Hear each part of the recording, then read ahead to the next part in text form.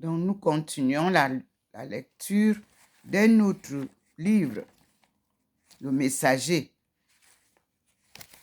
Cœur de Jésus. Ici, nous avons à la page 231 une encyclopédie mariale. Maria, étude sur la Sainte Vierge, sous la direction du R.P. Hubert du Manoir, professeur à l'Institut catholique de Paris, tome 4. Ça a été publié chez Beauchesne. Et je lis ce qui m'est donné, juste un peu. Bon, ils ont déjà fait une apparition de Maman Marie là-bas. Je dois d'abord, vous voyez comment je commence où alors? Attendez, je vous montre au niveau de la... Je n'arrête pas la télé. Je vous montre qui est fait. Regardez sur le mur, là où se trouve la Sainte Face. Le Seigneur nous regroupe.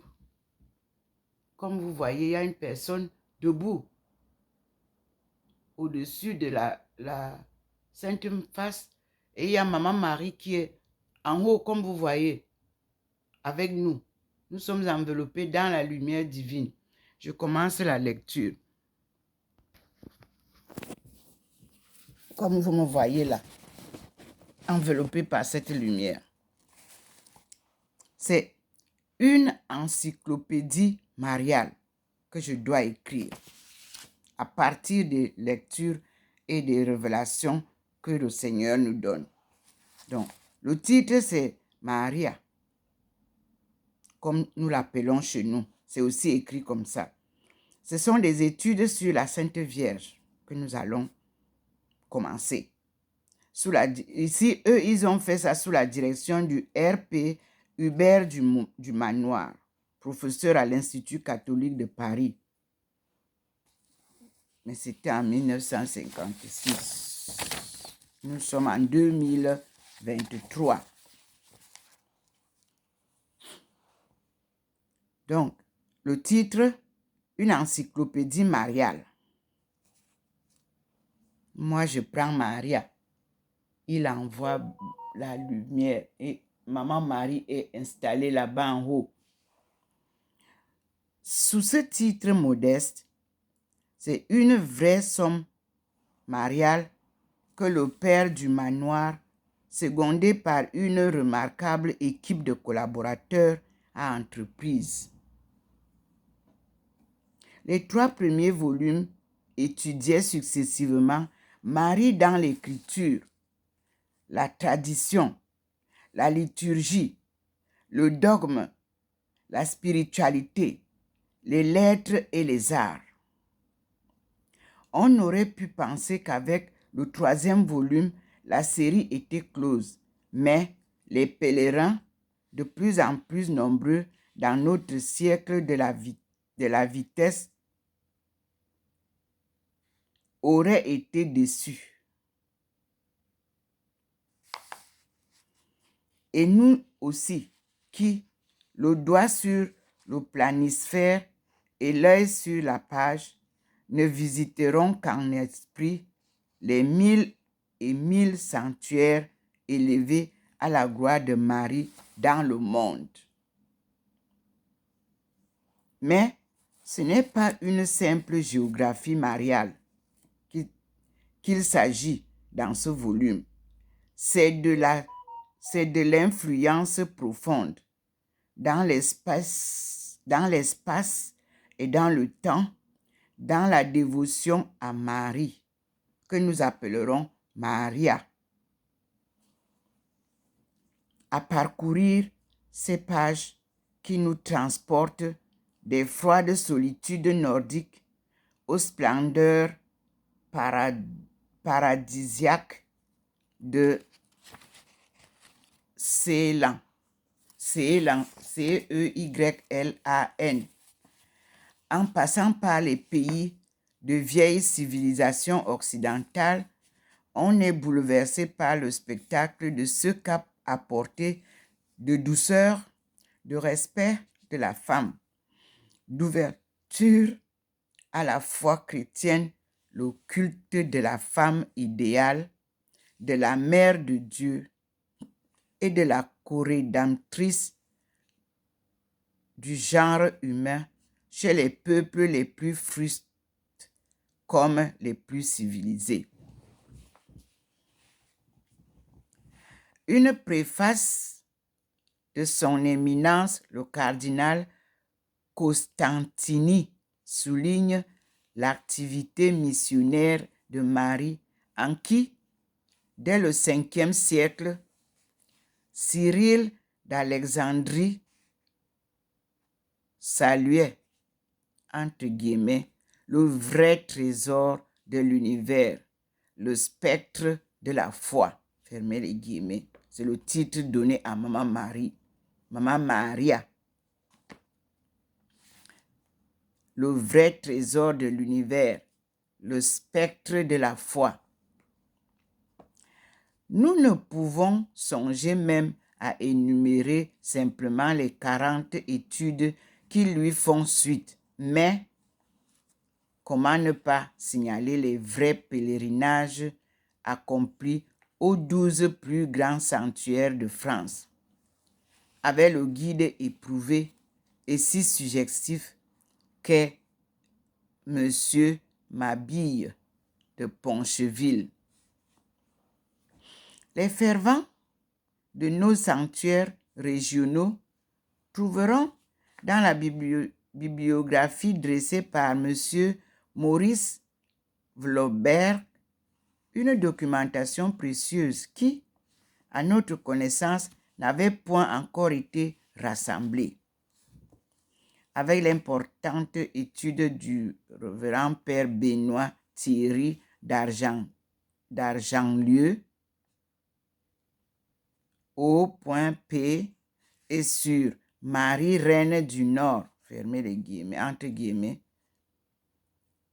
à elle seule, elle occupe près de 100 pages.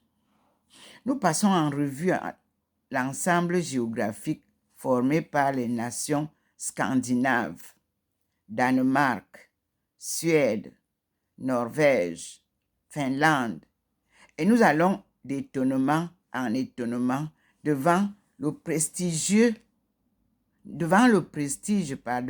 d'un saint en chair, le rayonnement marial de Cîteaux. Oh mon Dieu, magnifique.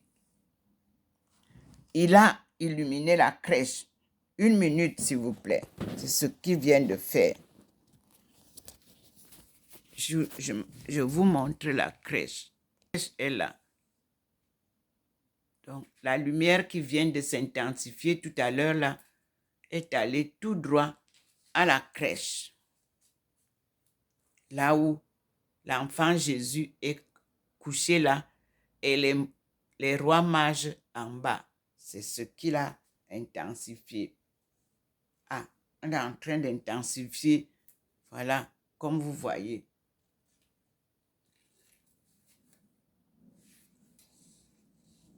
Il m'invite un peu à la cuisine aussi.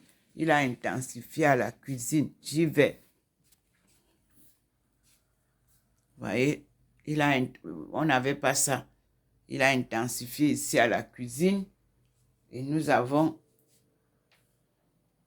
la lumière qui est là. Donc, il invite les femmes, les mamans, les mères en prière, comme nous on a été. Nous, on va être les mamans en prière. Parce que quand bien même votre fils est riche, vous avez toujours les larmes aux yeux. Vous riez aujourd'hui, vous pleurez demain. Quand bien même il est pauvre, c'est vous qui souffrez.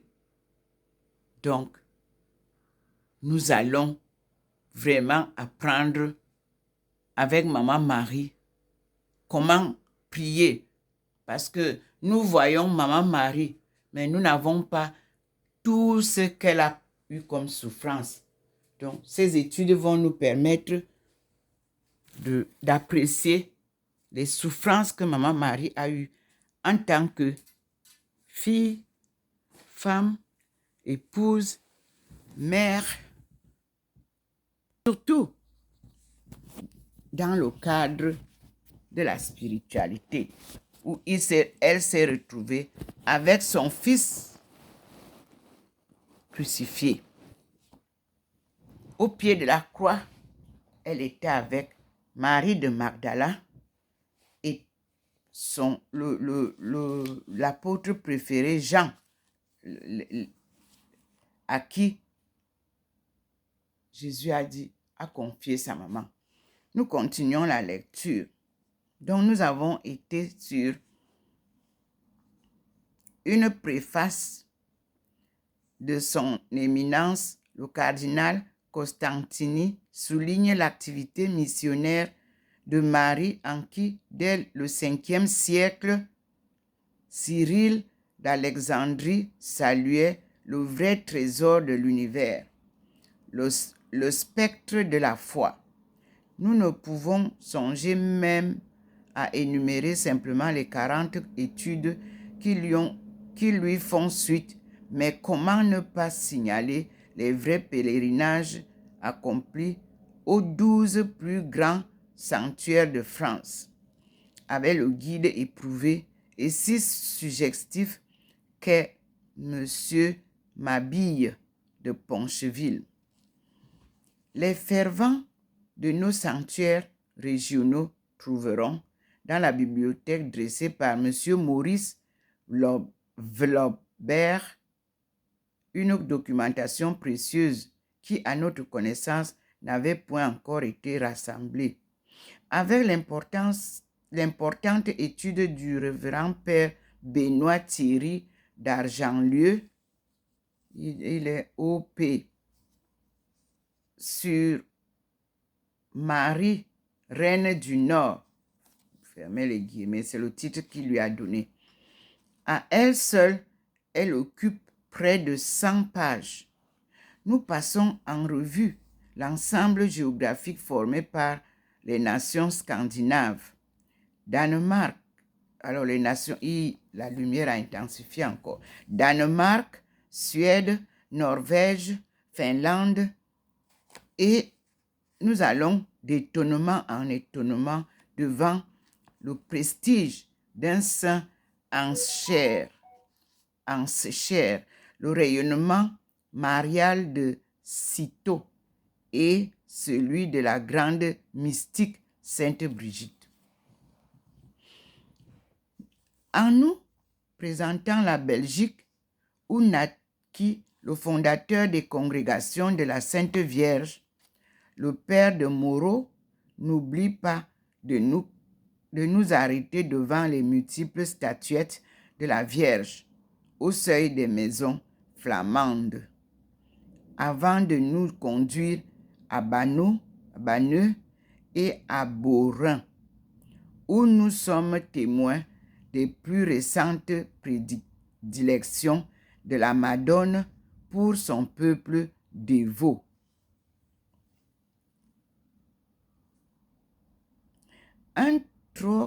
Une trop courte étude sur le fief marial incontesté qu'est l'Espagne nous dit la campagne ardemment menée par son peuple en faveur de la définition du dogme de l'Immaculée Conception. Des sanctuaires comme celui de Notre-Dame del Pilar à Saragosse, antérieurs à l'invasion arabe, comme ceux de Séville ou de la vieille Castille, au faste parfois quelque peu irritant, atteste l'antiquité du culte de la Madone dans la péninsule et sa bruyante popularité. Le spécialiste des quelques missionnaires qu'est le père Rétif nous introduit dans le vaste et mystérieux Orient, où l'attirance vers l'idéal de pureté qu'est Maria se manifeste de plus en plus jusque dans les foules païennes. et l'Inde par un chapitre spécial consacré à Notre-Dame de Lanka, nous dit la piété des foules ceylanaises, égrenant sans fin des rosaires comme à Lourdes.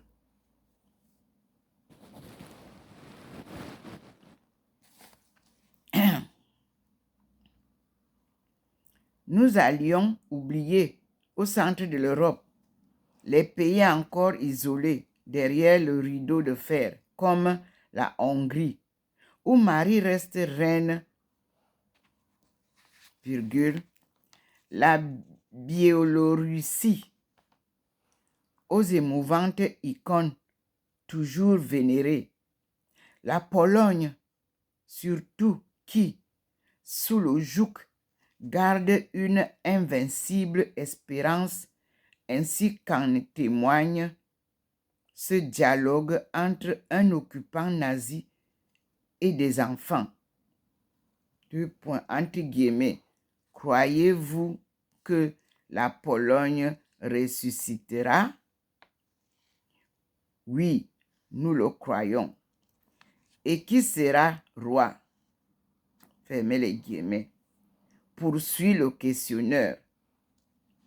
Qui flaire un complot? Ouvrez les guillemets.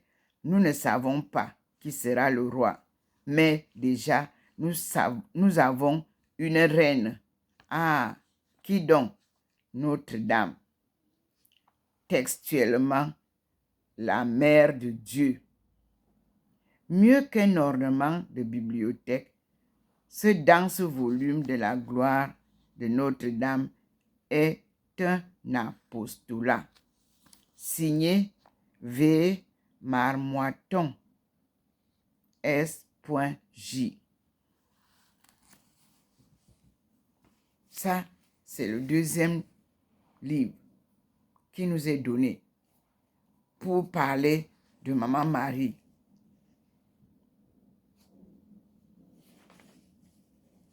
Nous avons vu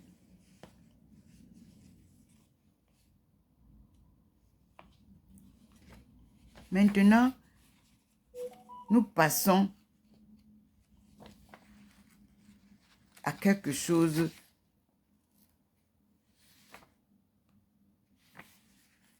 l'intimité divine. Parler avec vous. Dieu, silence.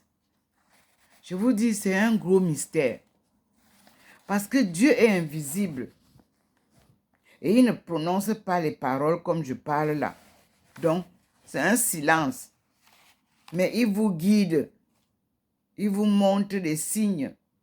Il s'exprime avec des signes. Et sa lumière vous éclaire. Et nous passons à ce qu'on appelle inspiration. L'Esprit Saint vous souffle ce qu'il dit. Avez-vous bien compris?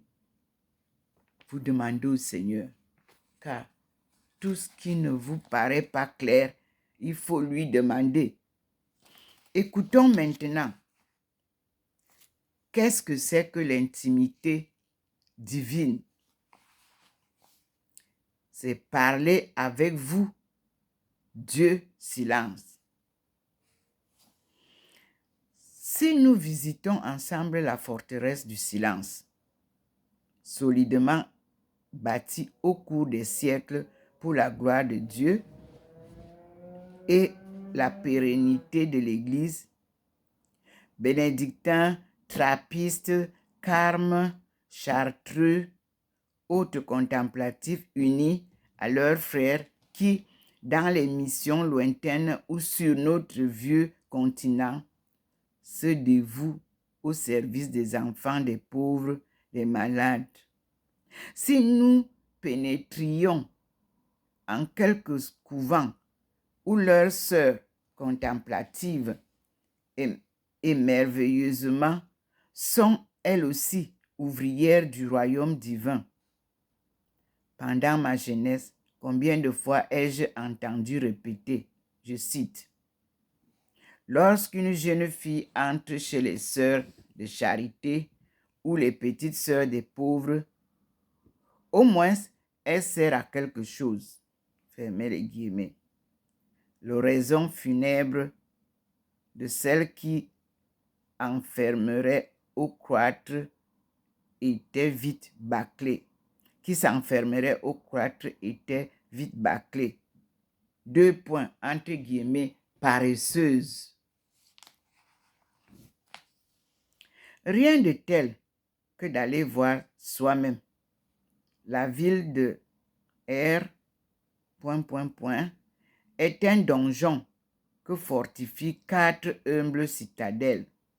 Le Carmel, les Clarisses, la visitation, l'adoration réparatrice. Entrons-y.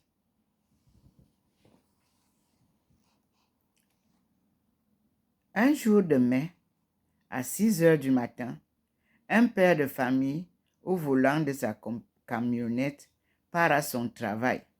Il dépose sa fille au volant. Il dépose sa fille au Carmel, pardon. Celle-ci a embrassé toute sa famille. Elle est entrée dans la grande chapelle que domine le portrait de Saint Simon Stock, recevant le scapulaire de Saint Élie, prophète, de Saint Albert.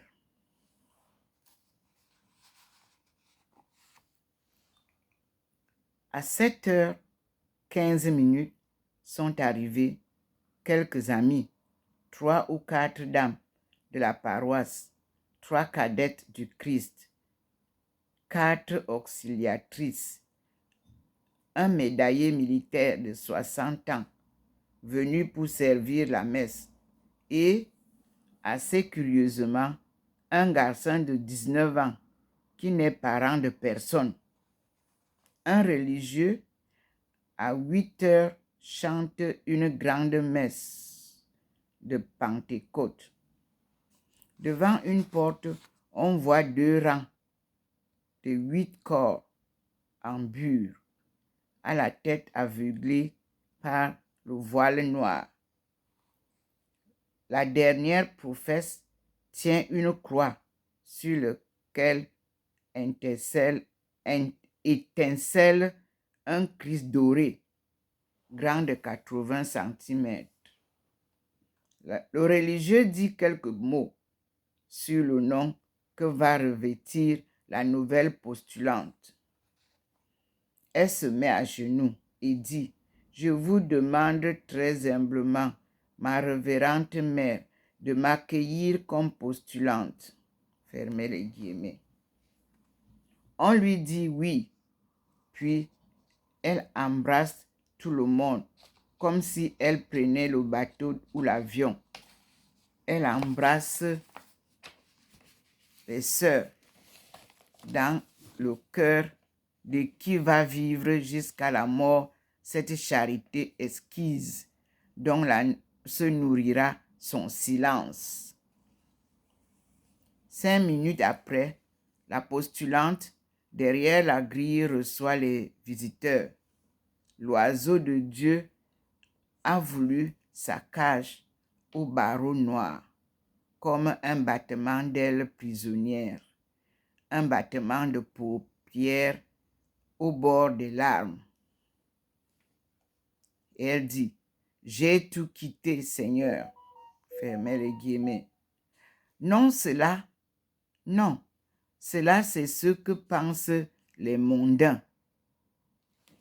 Entre guillemets, j'ai tout trouvé, Seigneur, jusque je vous ai trouvé. La lumière s'est encore intensifiée, comme vous voyez. Merci, Seigneur. Effectivement, j'ai tout trouvé, Seigneur, puisque je vous ai trouvé.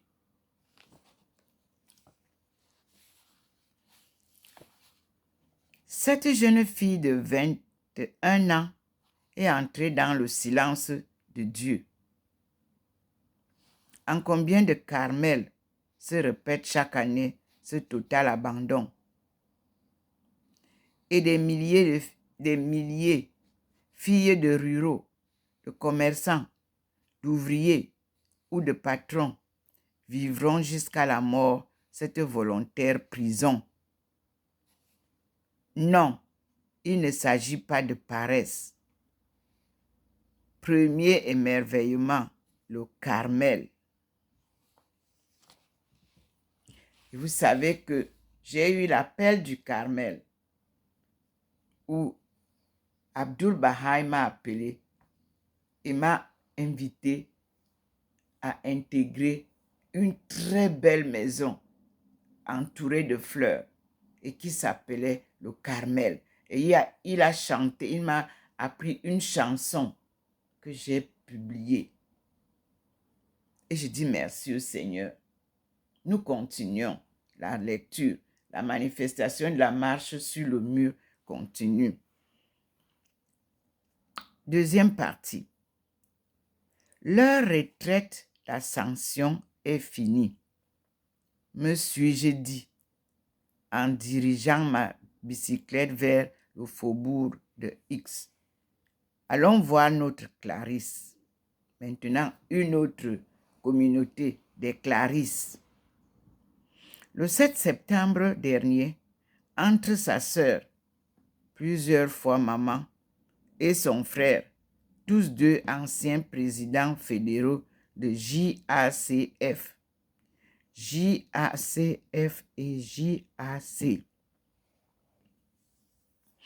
Madeleine m'a fait ses adieux. Son père et sa mère n'avaient point voulu l'accompagner. Décidément, en cette octave de Pentecôte, Madeleine attend sa prise d'habit. Depuis la Révolution française à X, elle est la première à entrer au noviciat et bientôt faire profession. J'ai d'abord demandé à la souriante Madeleine quel était son genre de vie. Elle me dit qu'au postulat, tout était adouci. Elle ne se levait la nuit pour matine que 3 fois par semaine. Et lorsque vous serez professe, si je suis bien portante, j'irai tous les jours. Votre coucher est à 8 heures. Vous vous levez à minuit. Vous vous recouchez à 2h30. Est-il facile de vous rendormir? L'hiver, c'est difficile parce que l'on a froid aux pieds. Vos maisons ne sont pas chauffées. Au centre du dortoir chauffe un grand poêle. Vous marchez pieds nus. Les colétines n'ont pas de sandales. Même l'hiver. Ici, nous en portons. C'est plus facile. Et vous mangez jeûne et abstinence l'année entière. Qu'est-ce qui vous est le plus dur? De ne manger, pour ainsi dire, que du pain, tout le temps du pain. Et quand vous est venue votre vocation au congrès jazziste de Paris en 1950, toute cette foule de ruraux, je voulais me donner pour elle aux réunions de secteur. Cela s'est précisé. Et comment avez-vous choisi Saint François pour père? En lisant la harpe de Saint François, entre guillemets. De Timmermans. C'est un livre comique. Oh, nous sommes très gais. Effectivement, dans la cour en bas du parloir, cascade de rire. De quoi pouvait-elle rire? De n'être esclave de rien. Rien ne les enchaîne à la terre. Redibit in die novissimo. Au dernier jour encore, elles riront. Et ce fut mon second émerveillement. Troisième point. Je suis allée voir Jacqueline en son noviciat de visitandine. Le Carmel me paraissait l'infini de l'amour. Madeleine, Clarisse m'enseignait l'infini de la joie. Jacqueline, devenue sœur Sainte Marguerite Marie, me révéla la précision de l'infini de l'obscurité. La visitandine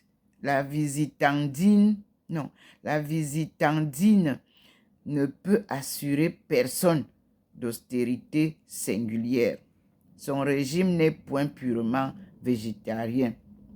Le chant monotone de ses psaumes est moins dénué que le chant carmélitain.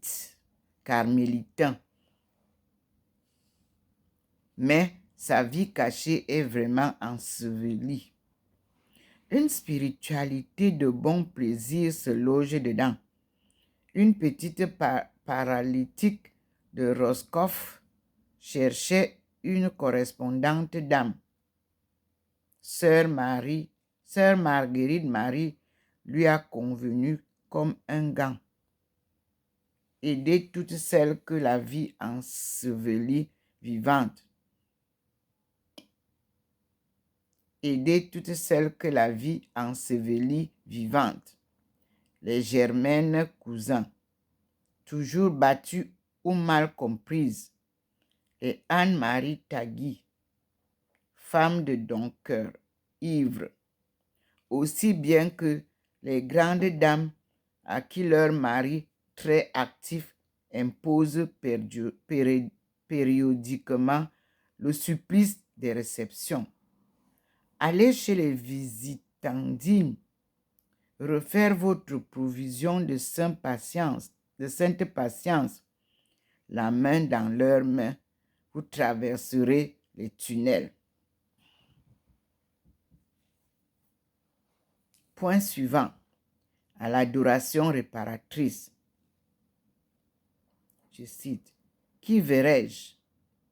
Cette dactylo parisienne, ancienne cadette, qui sourit si posément.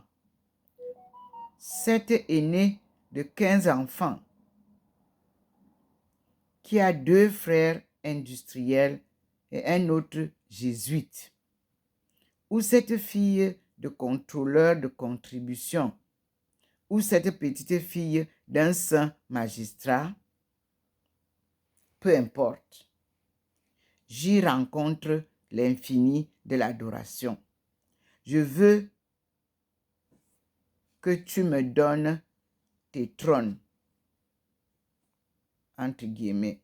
Je veux que tu me donnes tes trônes, avait confié notre Seigneur à la vénérable mère du boucher en 1848 au moment des révolutions phares. La stabilité divine du Christ roi sur cette France d'où les trônes sont bouchés.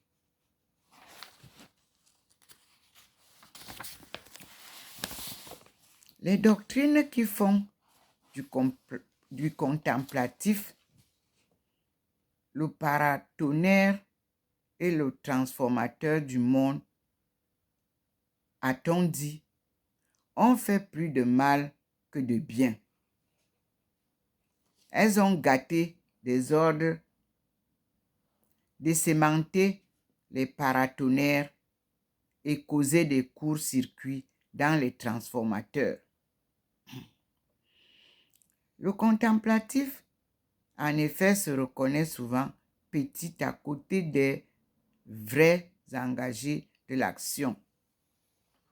À quoi bon sa contemplation? La réponse est aisée. Si la prière des contemplatifs se soutenait, si la prière des contemplatifs ne soutenait l'action du missionnaire, si le missionnaire lui-même n'était aussi un grand ami de la prière, l'apostolat catholique ne serait plus qu'une entreprise comme les autres.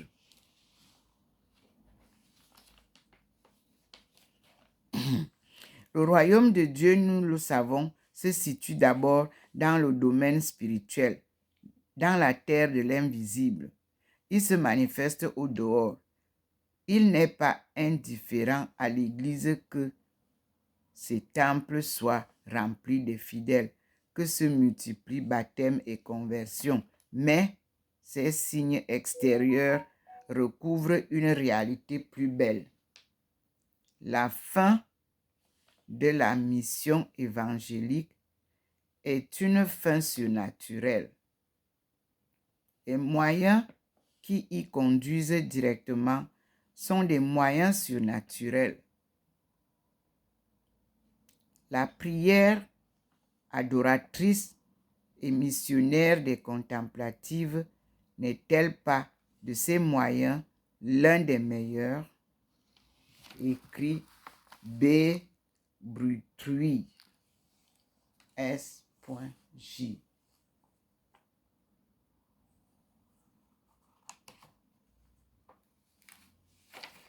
Merci Seigneur.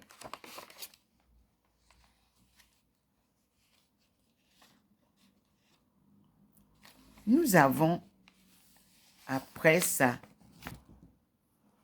le catéchisme en famille.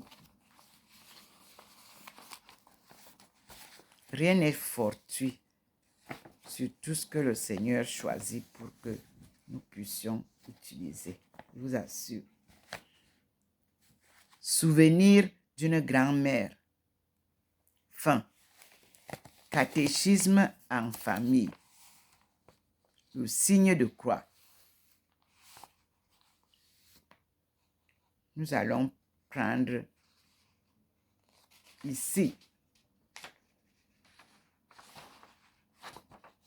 une autre vidéo. Non, il refuse, je continue. Mais entre-temps, je vous montre d'abord la manifestation qui se fait tant à la cuisine que sur le mur. Il a illuminé pour que je vous montre. Voilà. Voilà la marche sur le mur avec le Seigneur et sa lumière qui continue. Je vais à la cuisine pour vous montrer la marche sur le mur à la cuisine. Voyez comment cette bande de lumière qui était tout à l'heure posée ici, la voilà. Et nous avons la lumière du Seigneur qui reste là. Mais je vous dis que la ville, le ciel est nuageux.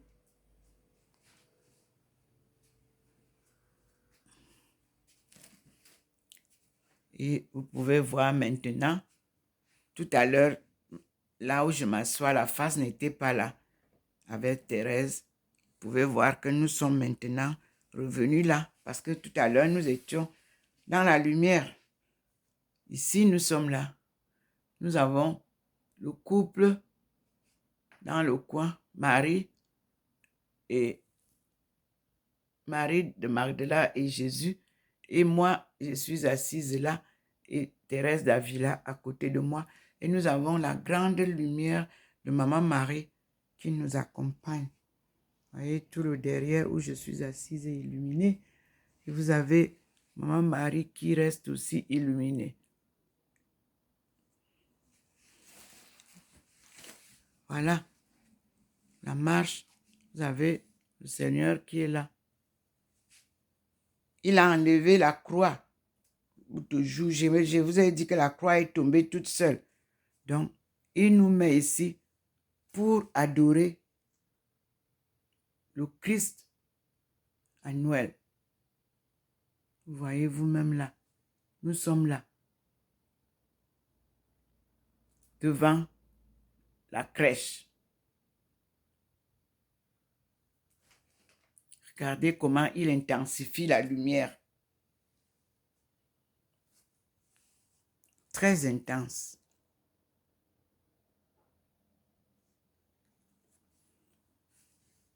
Nous sommes à l'école du Christ qui lui-même vient nous montrer son enseignement à partir de la naissance.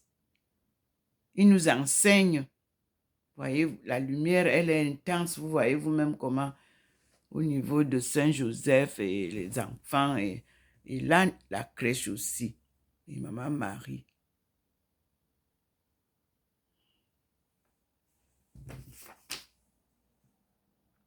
Nous passons avec la lecture suivante.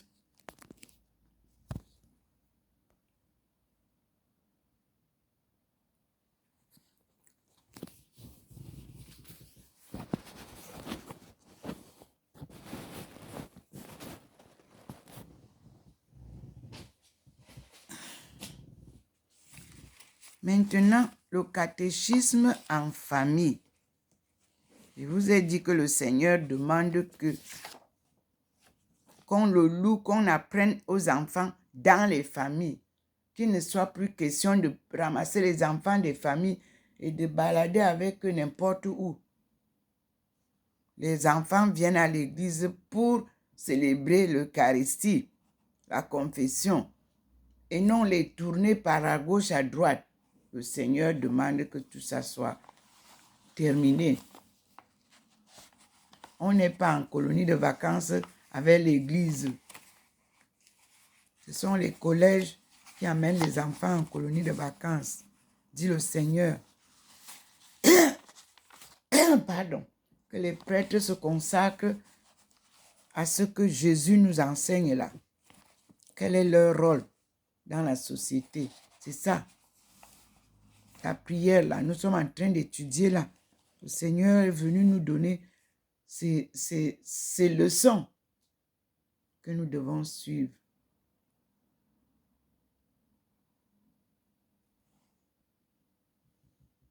Le Seigneur me montre l'ouverture d'une porte de couvent au niveau de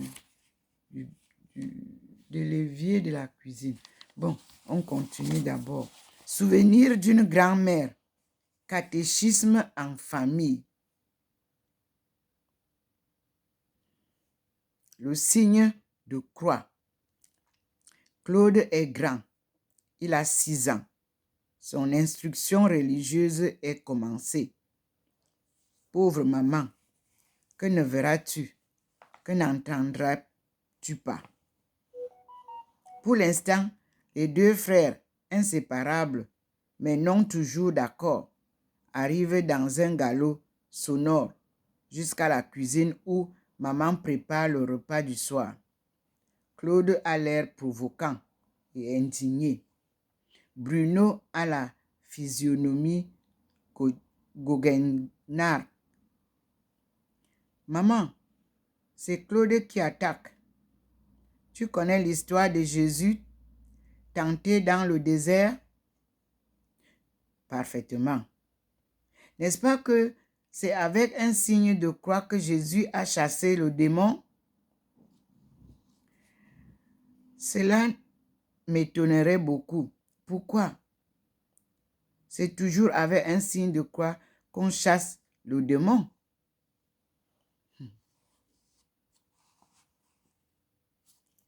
Parce que quand Jésus a été tenté dans le désert, le signe de croix n'existait pas.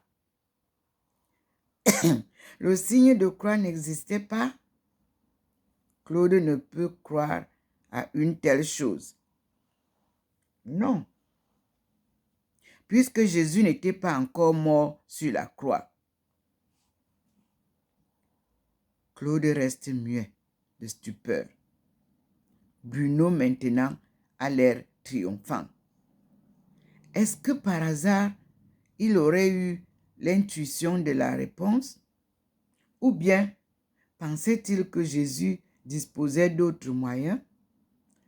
Tous 2 sont repartis aussi en tourbillon qu'ils étaient arrivés. Mais maman n'en a pas fini avec le signe de la croix. Car maintenant, Claude apprend le petit catéchisme.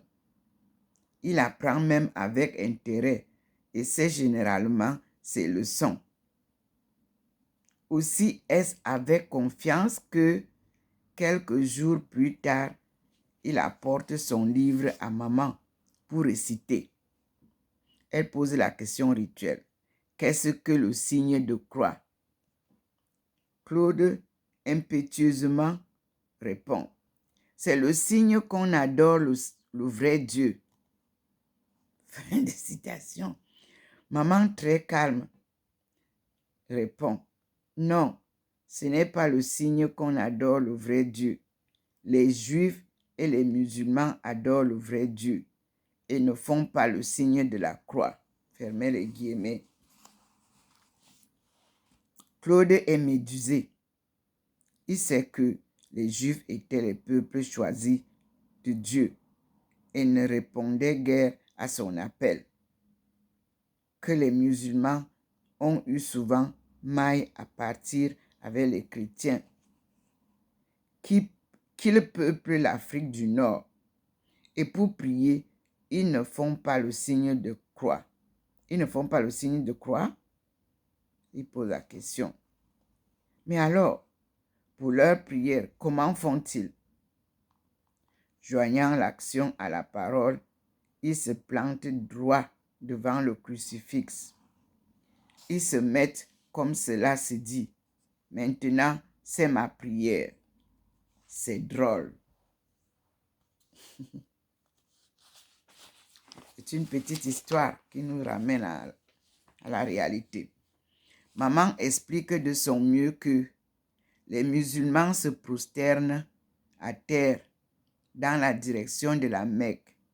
Pour les Juifs, elle avoue ne pas être au courant. Claude est toujours aussi stupéfait.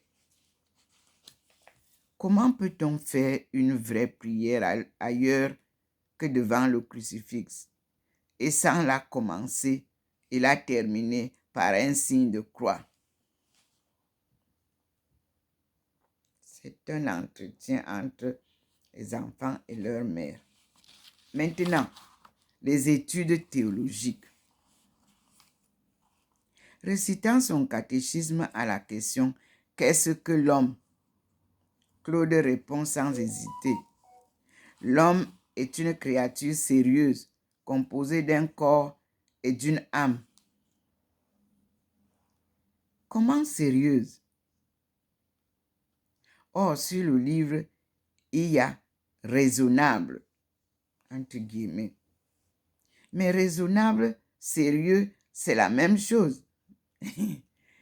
Et il est probable qu'une maman entendue n'aurait pas employé ce terme. Et en effet, quand on dit à un jeune enfant un peu trop excité, entre guillemets, allons, sois raisonnable, fermez les guillemets, l'enfant obéissant rectifiera la position, mettre un frein à ses fous rires, à ses bambades désordonnées, deviendra sérieux. Pour lui, sérieux et raisonnable sont synonymes. Lorsqu'un soir, en se couchant, en levant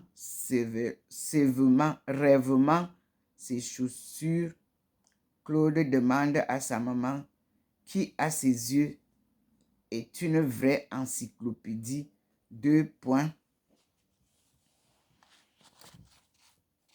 Si un jour plus tard, je dis que je veux être prêtre, qu'est-ce qu'il faudra que je sache?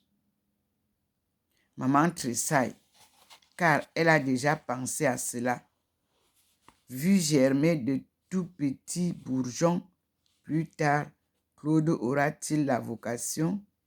Mais aussi calme que s'il lui avait demandé quelle heure il était, elle répond: il faut savoir du français, du latin, peut-être du grec, de la philosophie.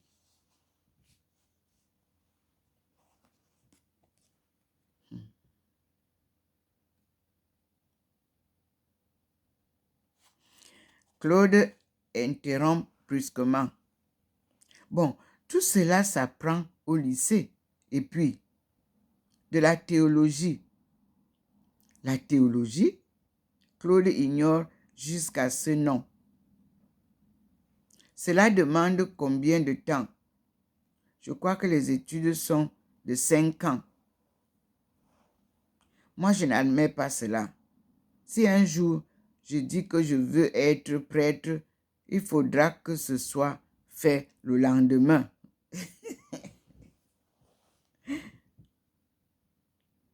La riposte de maman est immédiate. Si un jour tu dis que tu veux être prêtre,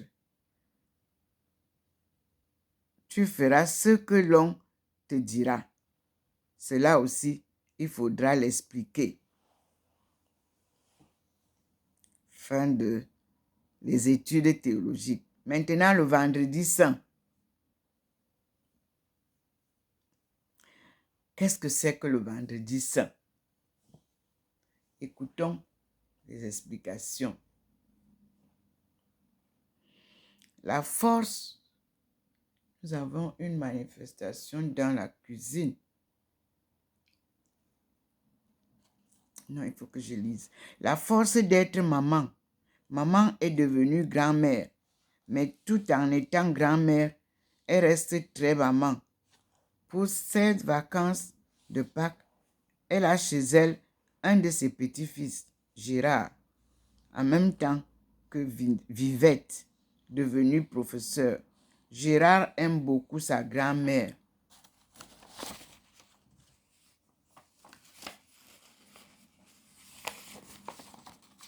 J'ai vu à la cuisine, au niveau de l'évier, la lumière qui montrait comme une entrée lumineuse dans une salle. Je finis d'abord la lecture et j'espère que le Seigneur va réallumer. Oui, il va réallumer pour que j'aille vous la montrer ce que j'ai vu.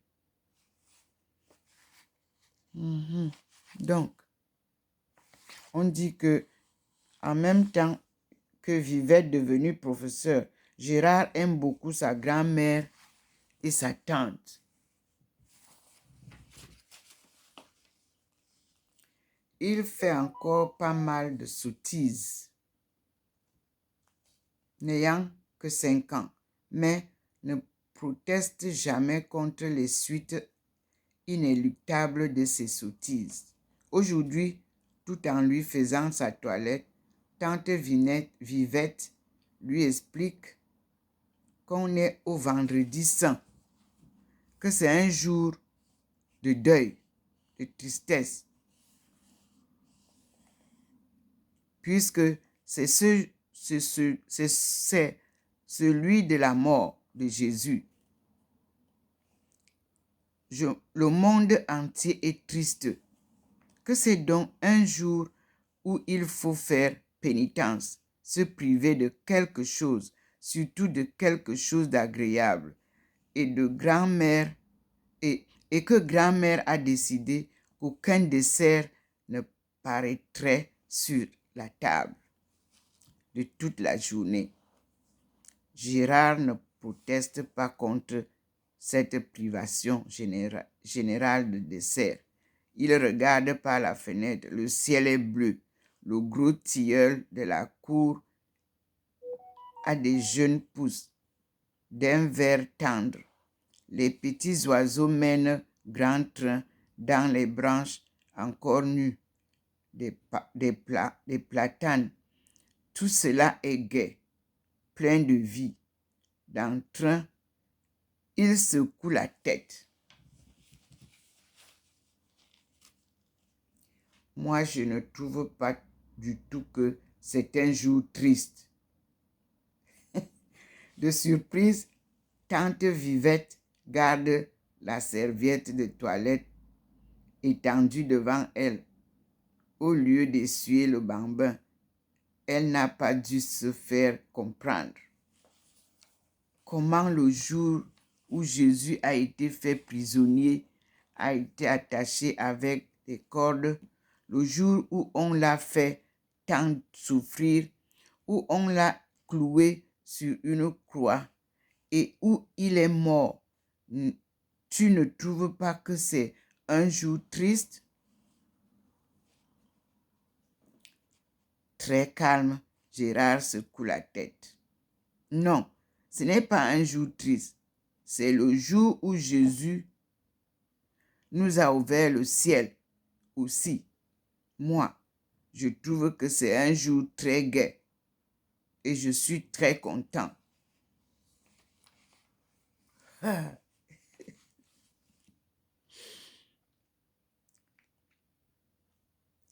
Et une pirouette souligne sa déclaration. Grand-mère et tante Vignette échangent un regard stupéfait. Il avait compris, mais son esprit encore confus a rejeté toute l'atrocité du drame de la passion et ne s'est attaché qu'à son résultat, le ciel ouvert à tous les justes, à tous les hommes de bonne volonté. Je vous montre ce que je voyais à la cuisine. Si le Seigneur va nous permettre, avant de continuer. Mais ça vient, ça part.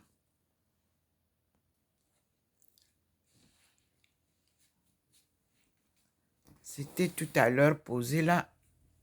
Et moi en haut. Mais c'est reparti. Donc, pour lui, il faut que j'aille continuer la lecture.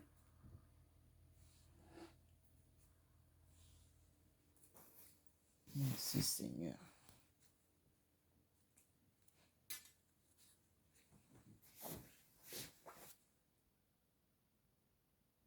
Voyez bien, sa présence est là. On continue la lecture.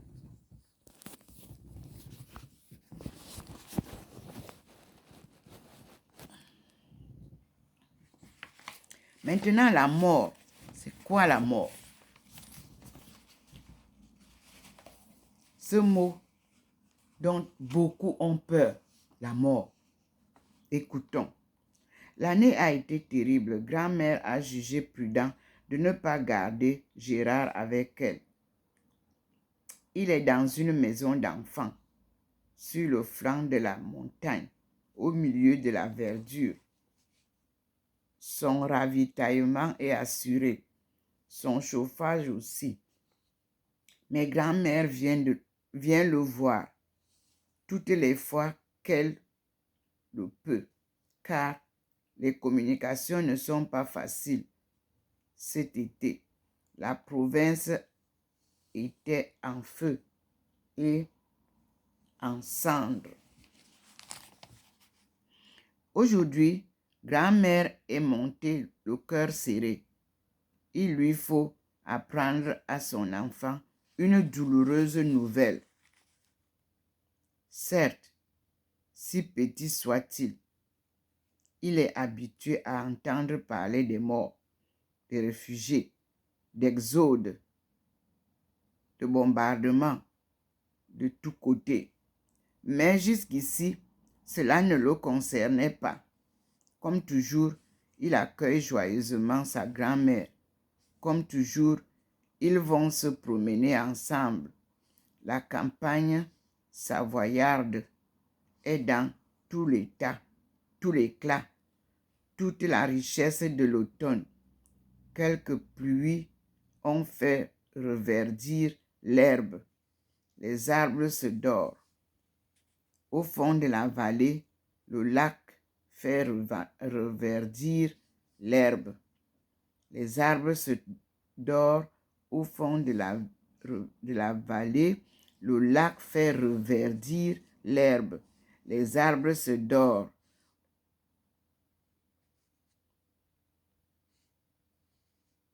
Non, quelques pluies ont, dans tout l'éclat, toute la richesse de l'automne. Quelques pluies ont fait reverdir l'herbe. Les arbres se dorent. Au fond de la vallée, le lac se recouvre d'une buée très légère.